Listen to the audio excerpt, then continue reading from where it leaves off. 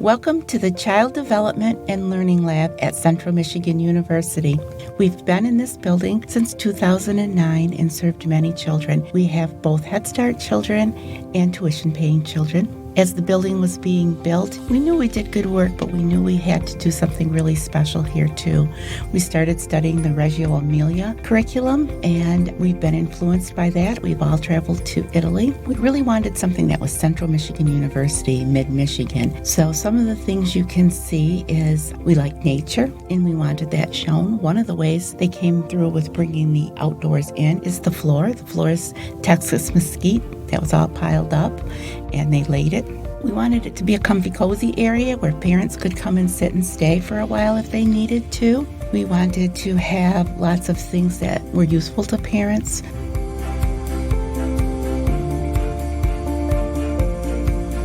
We also have a dining room. Most of the time children eat in their classrooms at other centers, and so we had this big space to fill up where children could come and eat, and we wanted it to be beautiful and inviting to the children. They made the chandeliers that we'll see in a second, and they made the art that's posted around. Some of it's out of food. We get our food delivered from CMU's dining, and so we're able to tweak the menu as much as we want. They've been great with us, and we use the food program. So we follow nutritional guidelines, and we also have nutrition students that help us throughout the year.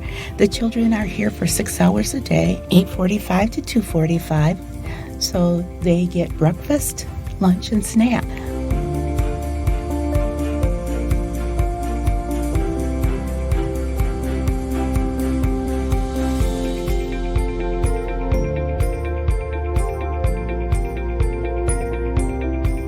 On the other side of this big room, we have some things going on. This is a whole science area that there's certain times of the day they come down and use. So the sand table you're looking at is a topographical sand table. We also have a large light bright, a climbing wall. We usually put up 1 or 2 other large motor activities like volleyball with balloons or a little racetrack or something like that they can use.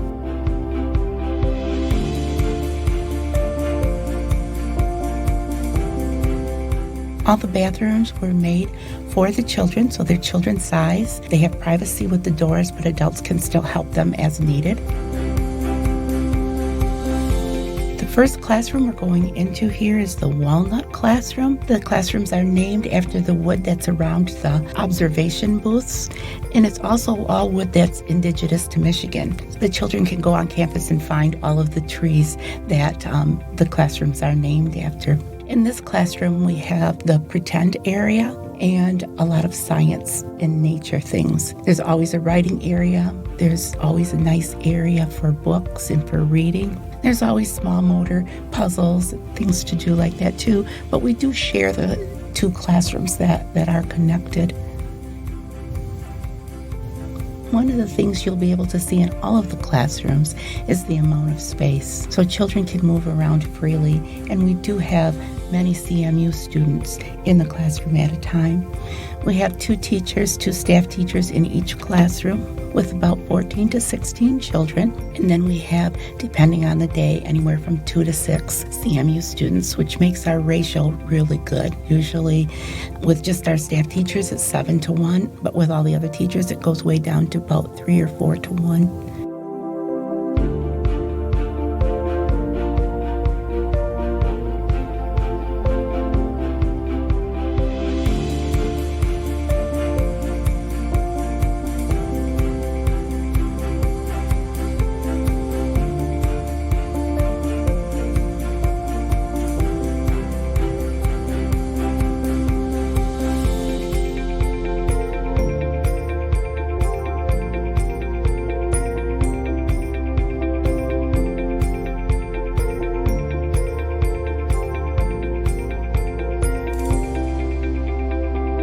We're now going into the second classroom, which is the Oak classroom.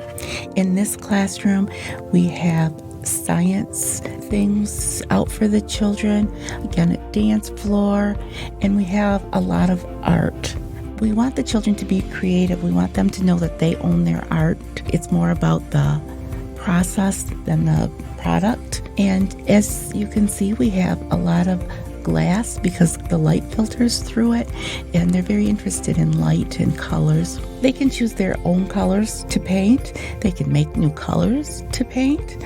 One of the things that people comment on is the amount of glass we might have in the classroom. Children learn to use different materials and handle them in different ways. Every now and then we'll have something glass break. However, all the children need to do is ask for help and we clean it up. Children don't usually get hurt from it and they learn how to handle that type of material. We have a circle area where every morning the children meet. They talk about who's in the classroom for the day, who's missing. We have some beautiful chandeliers that we found at thrift shops, and we'll let the children decorate those with beads and any other art form that we can hang from there.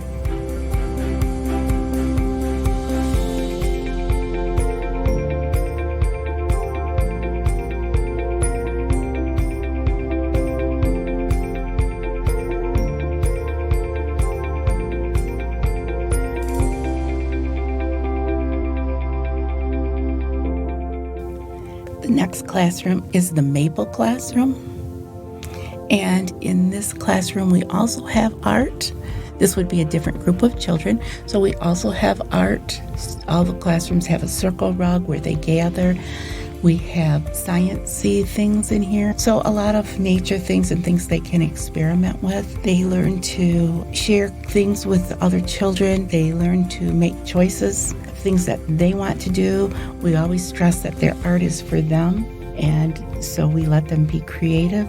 It's more about the process in the art than the actual finished project. All the rooms have books, big books and small books. There's a computer in every classroom, and we usually have some other technology, things that children can do, but we use our computers not to sit and play games on, but to look things up. So if a child is interested in animals and asks us a fact, instead of just giving it to them, we use books or the computer to look up the answers and start to figure things out.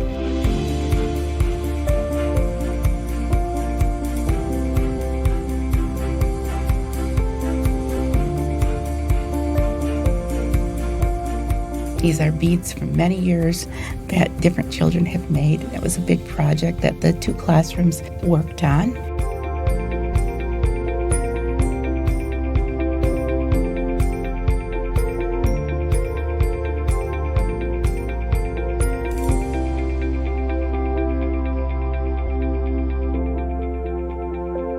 All of the classrooms have light tables. Like I said before, the children are very interested in light and reflection.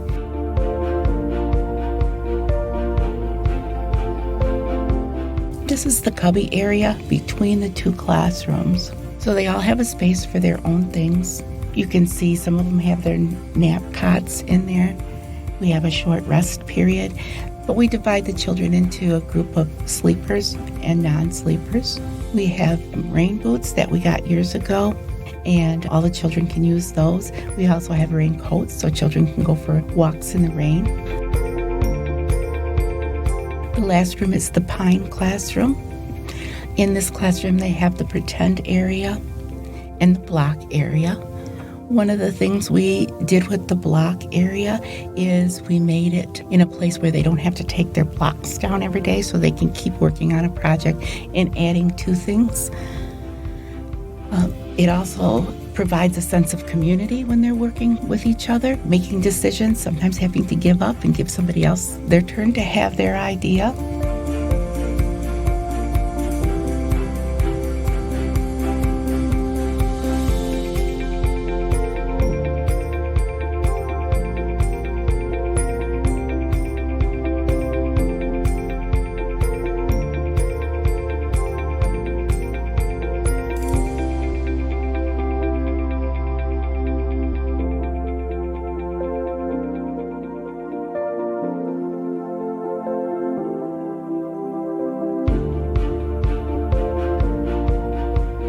Child-sized writing area. They love this area. They can write notes to each other, to the teachers, to their families, and they all have a special mail slot with their picture on it.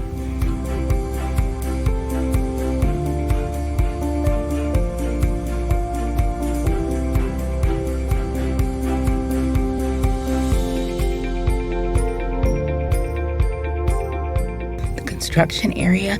You can see since it's toward the end of the year, there's real tools out, real saws, real hammers, real nails. We don't start out with that. We work up to it so that the children know how to use those things. Here's an example of some building that has been going on for a long time, and they can add to this. I've seen it get really big and all filled up, and then they decide to take some things away. Right now they're adding animals to their building. Other times it's people.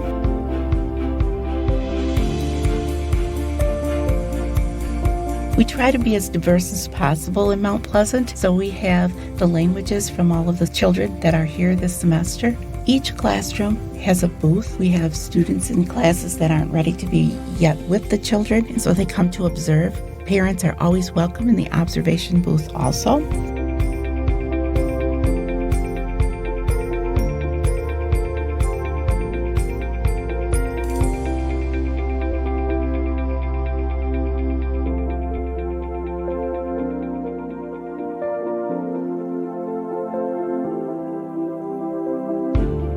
Students bring their own headphones. Usually we do have some they can use, plug them in, and then there's some hanging numbers in the classroom that correspond with the numbers on the pad here so that you can hone in and hear certain areas.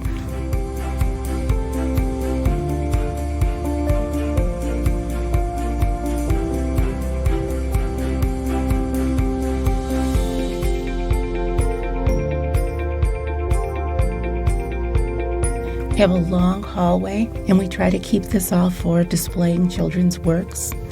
We have 2 big glass display cases that the children help us put their projects in and display what they want. We have all different forms of children's artworks and different projects that we have worked on over the years.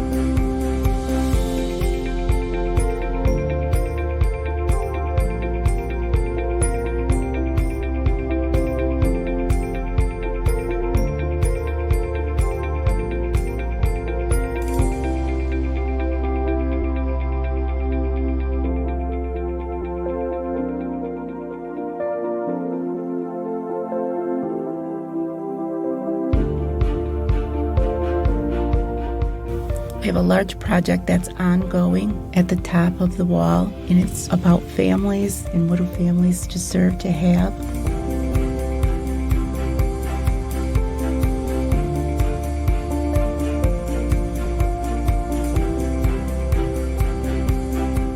Library books, keep them in the classroom, but we also have them in the hall.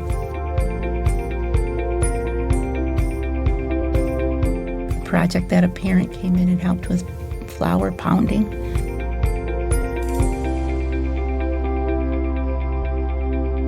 Of course, we have a laundry room. The children rest here, so we do their linens, but also there's a lot of spilling or paint, and we're able to do the laundry. We have a huge storage room. One of the reasons we try to keep our storage room up and have so many things is so that it's available to the CMU students when they want to do certain project and practice certain things. They can come in here and get whatever they need and bring it back. We have it color-coded, so at the end of the semesters, the students help us put it all back together so it's ready for the next group of students. Try not to get it too out of hand. We have all kinds of reading materials which the CMU students can use.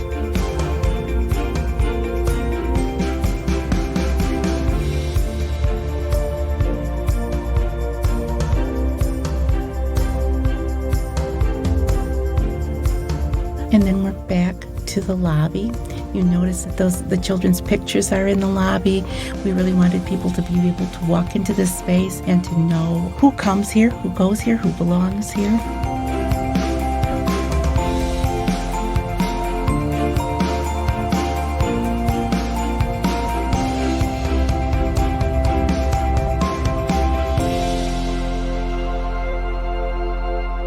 I want to thank you for coming and visiting the CDLL today.